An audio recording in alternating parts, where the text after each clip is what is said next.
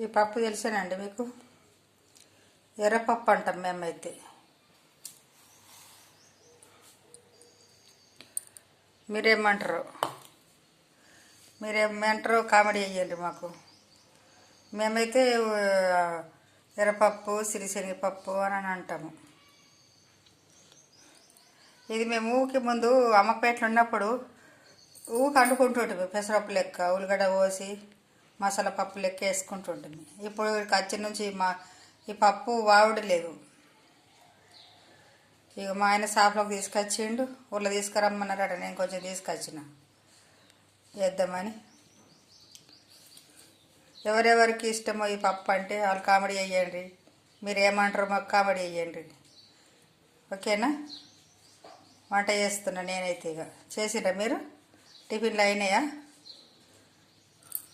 ఓకేనండి.